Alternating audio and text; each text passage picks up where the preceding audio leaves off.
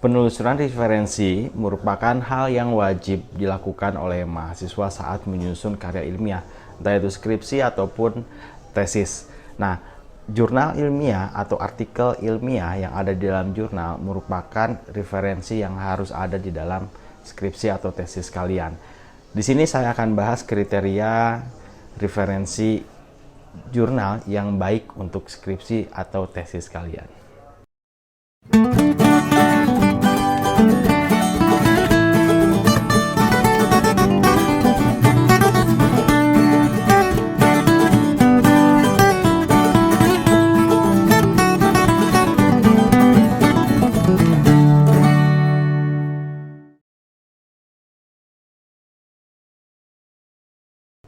Assalamualaikum warahmatullahi wabarakatuh. Kembali lagi bersama saya di channel Skripsi Bisa. Di video kali ini kita akan bahas kriteria referensi yang baik, khususnya saat kita menjadikan artikel ilmiah atau jurnal terdahulu dijadikan referensi di dalam skripsi kita. Ada beberapa hal yang harus dijadikan pertimbangan oleh kalian saat mencari referensi, khususnya di artikel ilmiah atau penelitian terdahulu lah ya. Nah, yang pertama adalah pastikan artikel ilmiah atau penelitian terdahulu kalian ini relevan dengan topik penelitian kalian atau topik skripsi kalian.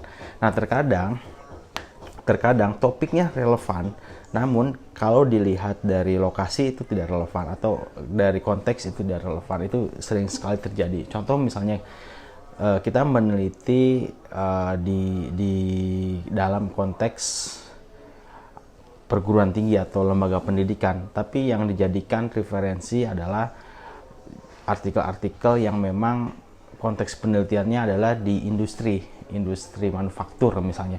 Meskipun topiknya sama tapi konteksnya berbeda, itu dapat dikatakan tidak relevan. Artinya relevan di sini adalah selain topiknya sama, variabelnya relevan, juga termasuk lokasi penelitian atau konteks penelitian pun sama.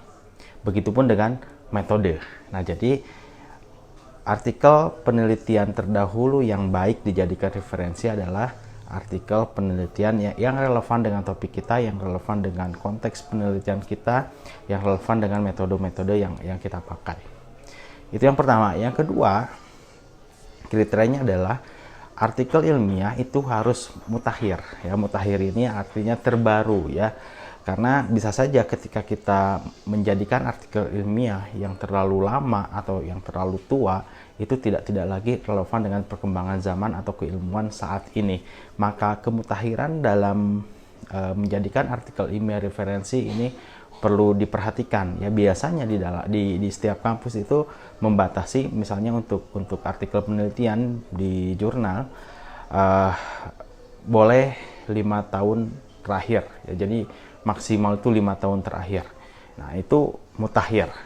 Kemudian yang ketiga adalah kriteria referensi artikel penelitian yang baik untuk skripsi kita dapatkan di jurnal-jurnal yang bereputasi, jurnal-jurnal yang terakreditasi. Misalnya di jurnal nasional, kita kutip di jurnal nasional, itu cari di jurnal-jurnal yang bereputasi, bisa terindeks Sinta, mulai dari Sinta 5, 4, 3, 2, 1. Nah, itu sudah termasuk kepada jurnal yang bereputasi.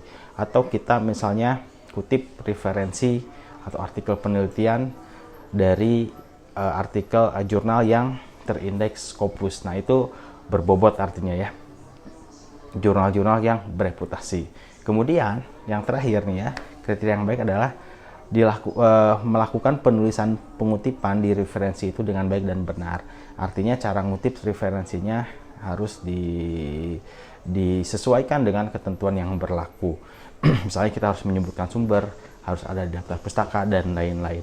Nah, itu adalah beberapa hal kriteria referensi yang baik untuk artikel ilmiah atau penelitian terdahulu di skripsi atau tesis kalian.